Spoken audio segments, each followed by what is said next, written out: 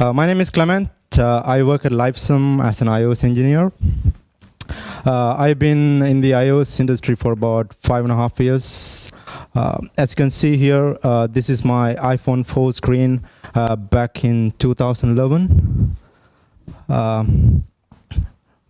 That's my first blog post. Actually, I started iOS development by, writing jailbreaking tweaks. Initially, I got an iPhone 4, then jailbroke it, and got to know how to build themes. It was just you need to put some images into a folder, and there's an app in Cydia called Winterbot. You need to open that theme with that application. That was very simple. Then I moved into some of the crazy stuff like how to crack in-app purchases, how to download crack apps. So after that, I started this blog, Jailbreak for Dummies, and Cydia repos, adding Cydia repos, and I wrote a lot of blogs on how to do jailbreaky things. Okay, if anyone wondering what jailbreaking is, it's actually giving root access for your iOS device, especially for your media partition. You get the read-write access. Back in 2000, I'm not sure when, but it was still iOS 7. It was just changing one single file. It is actually private, etc, and fs tab. It's called file system table. It comes with read access, read only. You just somehow bypass Apple's checkpoint and get into the file and change it to read write. So that is simply how jailbreak worked back in iOS 7, but now things have changed and it became a little complicated. But I managed to jailbreak my iOS 10 device, so I will just show you a little sneak peek into what you can do. First of all, I will just get the root access. It comes with the default. Can you see? Did you see the password? No. Actually, it's Alpine, ALPINE. That's the default password. I didn't change it. For all the devices, you have that's the password. Now you can do a lot of crazy things. For example, rm-rf delete the root directory. You won't be able to open the iOS anymore. Maybe you can list down the processors, or else just kill the springboard. Backboard daemon, it's actually the springboard. Oh, what happened? Okay, did I kill my OS? Okay, now it's back. Okay, that's some of the cool things that you can do. Oh, actually, it's not the cool stuff, but there are a lot of stuff you can do other than this. Yeah, killing springboard is not cool. Yeah. Yeah. Okay, that's about jailbreaking and intro. And okay, about this talk. What is this talk about? I'm actually not going to give you bullet points, how you can secure your app from hackers and attackers, but it is more of an awareness talk, knowing there are possibilities someone can get into your app and retrieve sensitive information. That will align your thinking for your next application. Maybe while you plan, you want to store sensitive information in the app, because a third-party hacker who has root access to someone's device and also has the password to unlock the device will be able to extract whatever they want from the device. Even keychain. I will show you it in a while. And it's fun. Hacking someone else's app and getting into someone else's code is really fun. Okay, sorry about the animations. I really like to add animation for my keynote. So these are some of the security measures taken by Apple. They are really cool.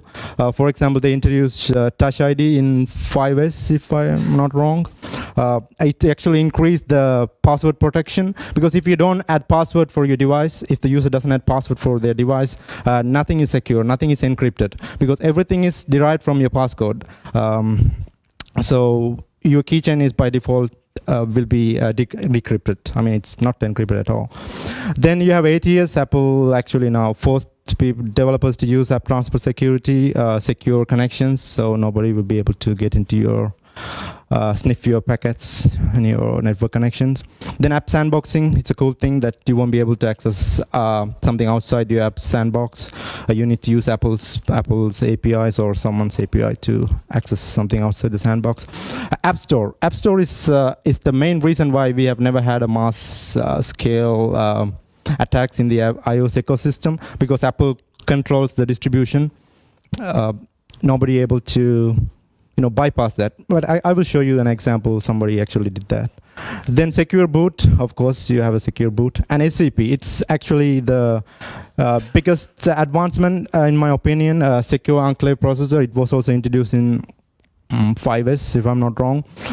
It has the master key to unlock, not unlock, the encryption. There's a key derived from your passcode, then that is combined with the master. This is actually a chip, silicon chip hardware in your motherboard in the iPhones. There's a key stored here. Nobody can access it. So the key derived from your passcode and this one combination of this, by combining these two, they create a key for encryption. All your data is encrypted when the device is locked. But once you unlock, it's actually decrypted. Okay, even though Apple provides a lot of these security measures, security is a process that, someone can, it's not 100% secure. Someone can get into it. For example, you guys might have heard about this, FBI Apple battle. It was everywhere. Somehow they managed to get into the device. Actually, FBI doesn't need Apple's support on this. I don't know why did they ask for it. You guys might have seen there's a Russian researcher who actually managed to get into the device by mirroring the NAND flash. That's where the file encryption keys are stored. Maybe I can explain this maybe after this if you guys are interested in how you can do that. Okay, this one.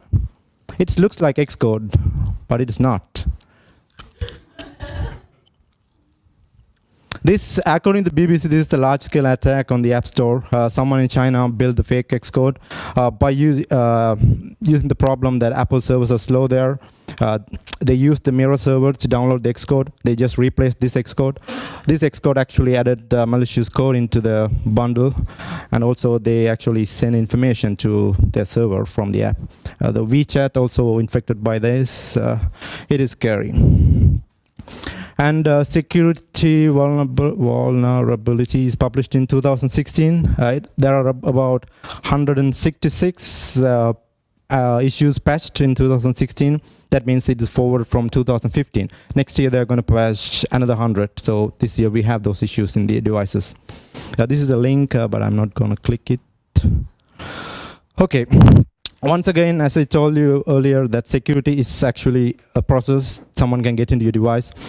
Apple give you a first level of security, but as a developer, it is actually our responsibility to provide the second level of security. If someone get into someone's third-party device and unlock the device, if they can access the app, maybe your app is giving a passcode lock, but they can still go to your binary and folder data folders, extract your SQLite DBs, and extract the keychain, and also they can extract a lot of stuff from your binary. So this is the awareness that having this in mind when you're building some of the app that is very critical in terms of security. You can take some safety measure. So what I'm going to do today is going to give you some idea what you can do. For example, security analysis. How many of you do penetration testing in your mobile apps? Great. Do you use any specific tools for that? I work for the police, so yes. Okay. Oh.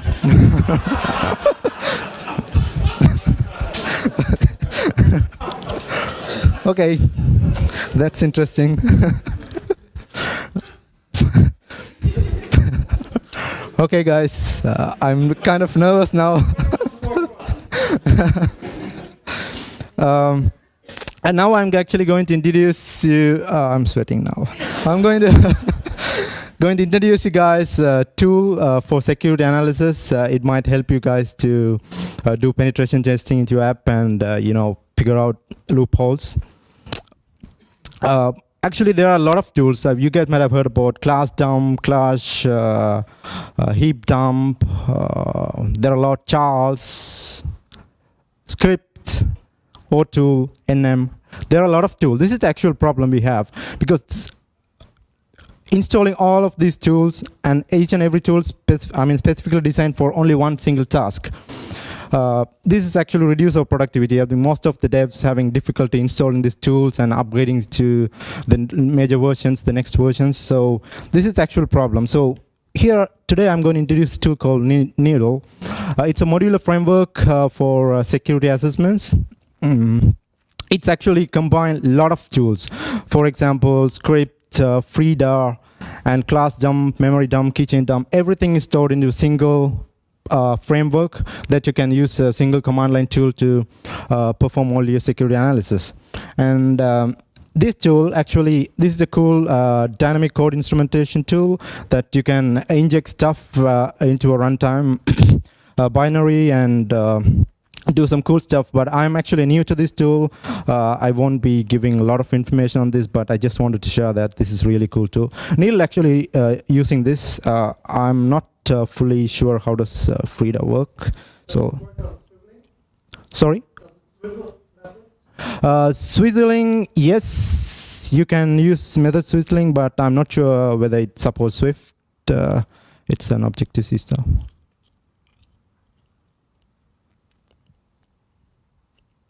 Okay.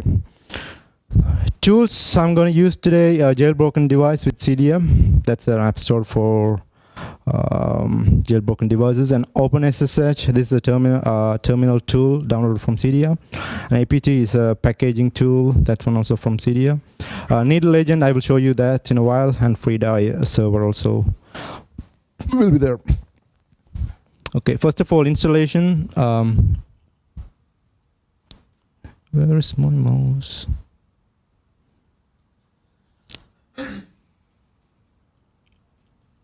You can follow this guide and install it. Okay, that's it. Oops.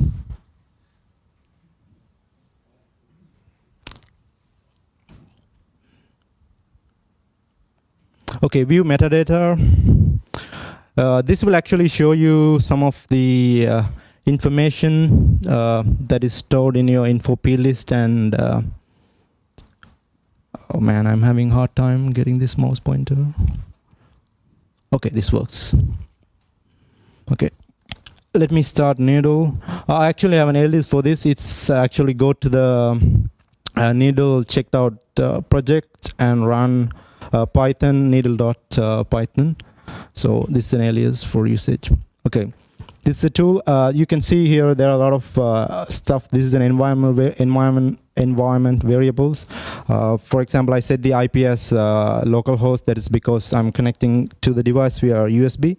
You can use a remote IP as well, and also the port, the agent port. This is an important thing. I will show you what is that, and the other stuff not very important. Okay, now I will go to my device, and I already downloaded the Needle agent. The port I mentioned there, it was 555, and I just start listening. Okay. Now let's go back to the terminal. Clean this. Okay. Needle actually has a lot of modules, as I told you earlier. Let's see the available modules. This will list down all the modules. Can I scroll? Okay, there are a lot of modules. If you think there's something missing, you will be able to simply add it. They provide APIs that you can communicate with, and also add third-party libraries into the modules. Okay, the stuff I want to use now is something called binary. You can search. Okay. Metadata. Oops. I can type this. Use binary info metadata. Work. Okay, now I'm in the module. You can just run the module. I already have some data. I don't need to back up there. Okay, I have a couple of apps. I'm going to use Livesum. So I work for Livesum, so there's no issue, I think, by looking at that.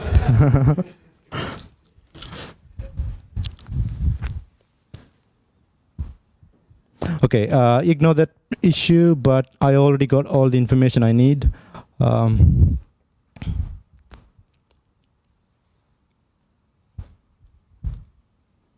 Okay, I think it starts here. So it lists the folder directories, binary directory, and URL handlers. You can do a lot with the URL handler, I think, because I heard that somebody is making free calls using the schemes. And also your ignored hosts, that most of them are here, third-party URLs, that those are ignored. So that is actually a basic information. It's just a starting point. There's nothing interesting, but still someone who has root access can very easily get it. So you can just have a look at that and see if you have any important information there. You can try to do something with that. The next one I'm going to show is class dump and method dump. I can search for that. Okay, as I told you earlier, that this uses Frida to dump the classes here.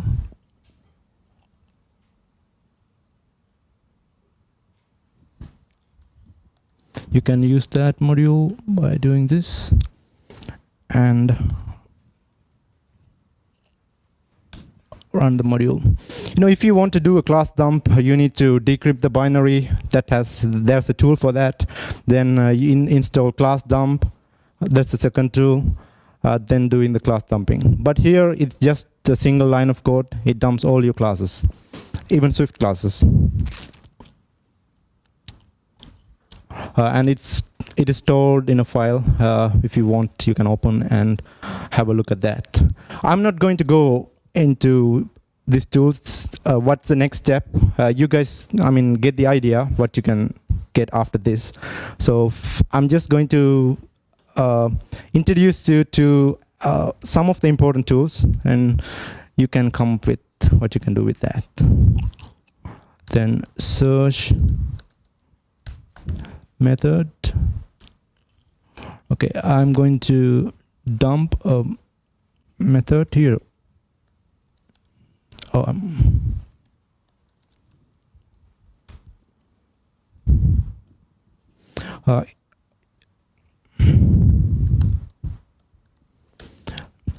Actually, it takes some options that some of the modules requires you to specify options. So here, the target class, from which class do you want to extract all the methods? You can set it by like set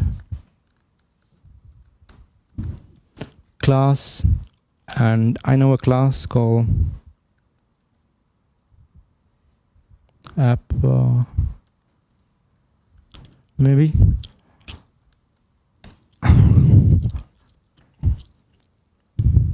Okay, all the methods in my app delegate is listed down here. So by getting one of this method and the class name, I can go to Frida, and maybe let's say you have a method called enable Facebook login. It just takes a Boolean value. I can just inject that Boolean value by using this tool called Frida, a runtime. And the other one I'm going to show you is keychain. Because Apple asks you to store all your information in the keychain.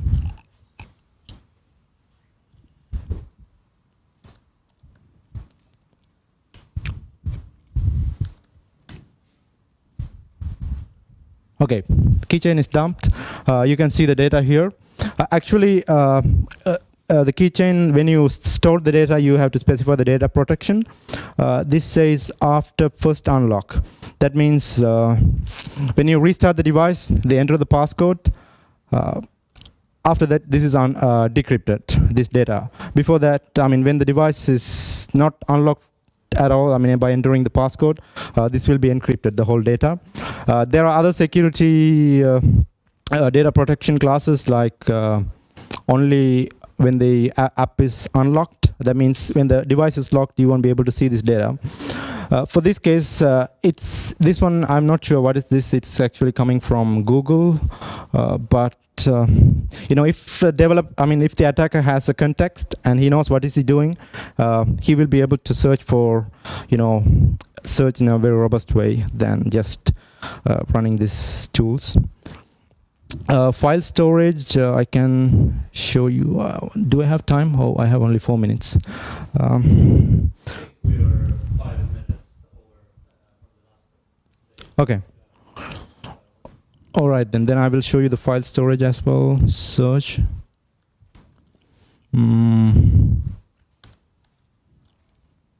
SQL. Okay.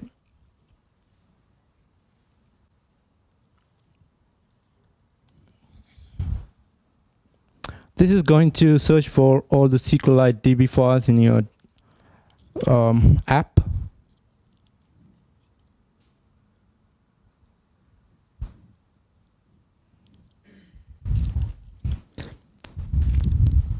Okay, it seems there are a lot of third-party SQLite DB files.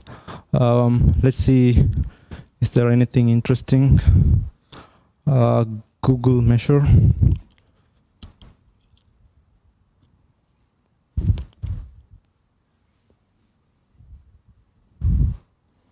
So I think I have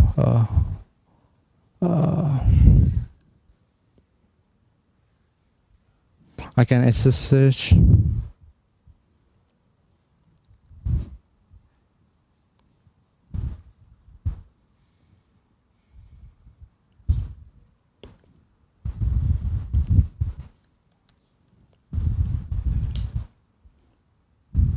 Oops, oh, it's a SQLite. Oh man. What is that? Okay, I actually have a DB, so I can just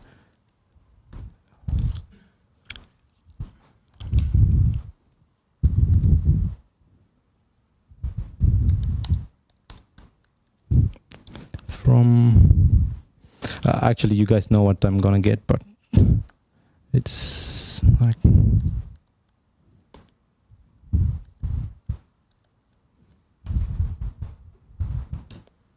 yeah, it just lists down some stuffs. So if you store some sensitive information in your SQLite DB, it's not secure. That's what I just want to show you guys. Oh, how do I close this? See? Okay. And then analyzing the network, I don't think I will be able to show that, but you have a proxy here. Search.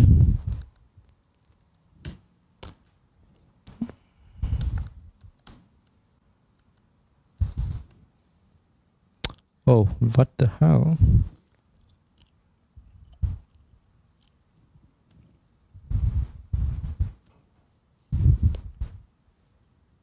Oh, Roxy.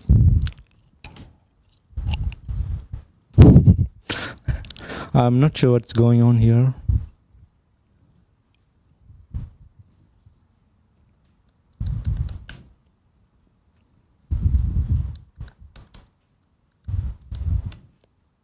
Okay. I'm going to use this guy.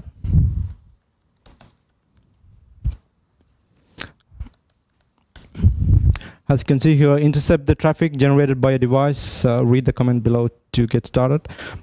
Actually, without doing anything, you can just intercept all the HTTP connections, HTTP calls. But if it is a secure, one thing you need to do is just go to the using this particular module, install the certificate in your device. Everything is automated.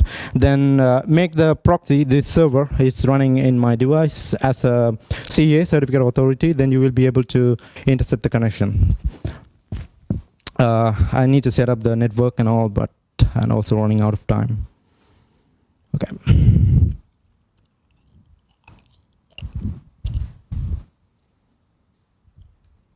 I think we have already covered all of these things.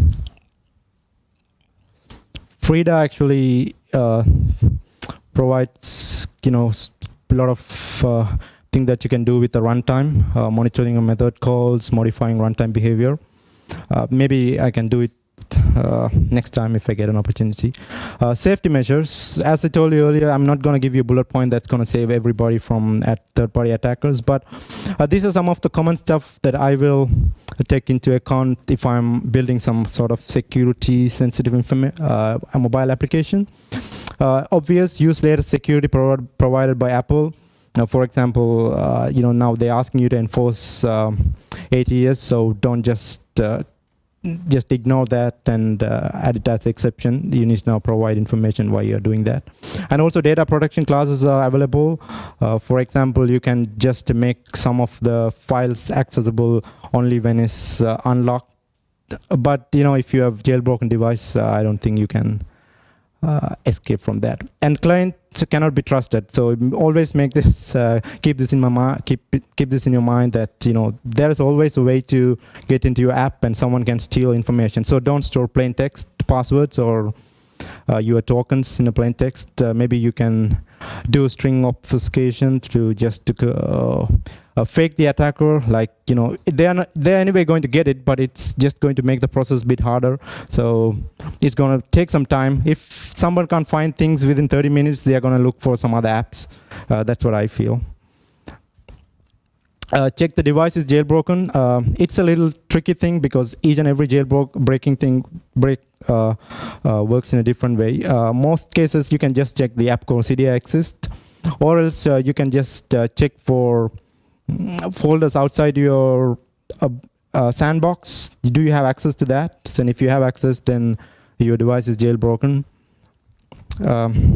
Anyway, if you have a method called check is jailbroken, device is jailbroken, then someone is going to open the app and runtime, just return yes, no for that.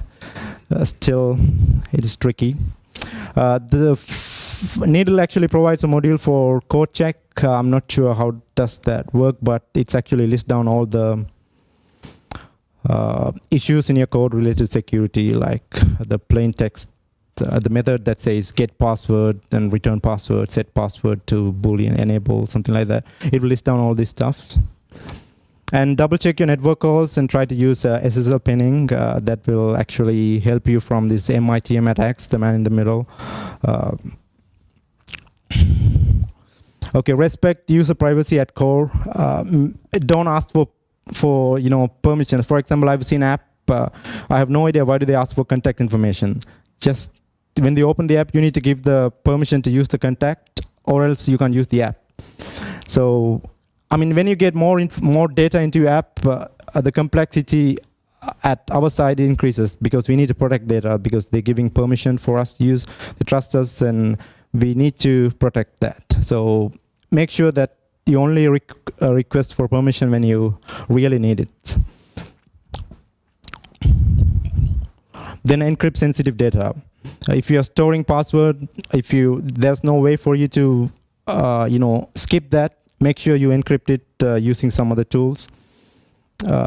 Anyway, as I told you earlier, this will make the process a bit complicated. So people might just move to some other app. There are some other measures also you can take, but I couldn't include that in the single slide. Resources are used. That was the end of the presentation. Resources are used. Today I jailbreak a broken device. Actually, I use a jailbreaking thing called Yalu. That's the latest one for iOS 10. It supports still 10.2. Then Needle, you can find in the GitHub, and Frida. Actually, I didn't do anything with that. Okay, that's the end of my talk.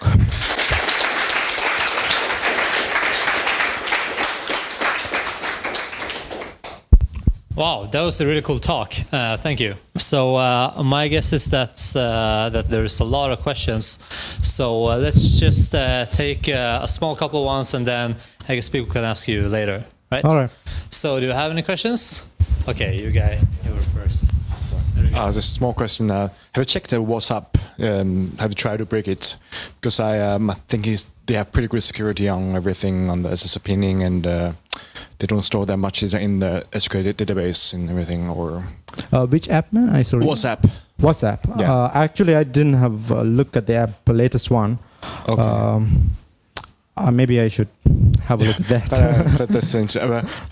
By the way, for the FRIDA, for the method, decryption, do you get a real method name in the code, right? How much complete source code do you get? Or sometimes when you get reverse engineering for the code, you get A and B for the method names, and doesn't make sense. Or Actually, I shown you the method. I think names, it's like a full name. So basically, you can get the source code from the from the binary code. Exactly.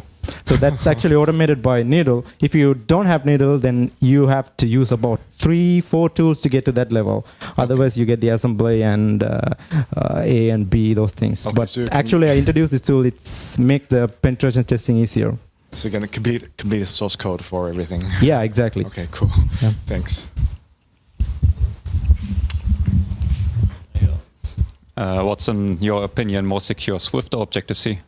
For now, Swift is secure because it's still in the development stage. I mean, they just stopped the.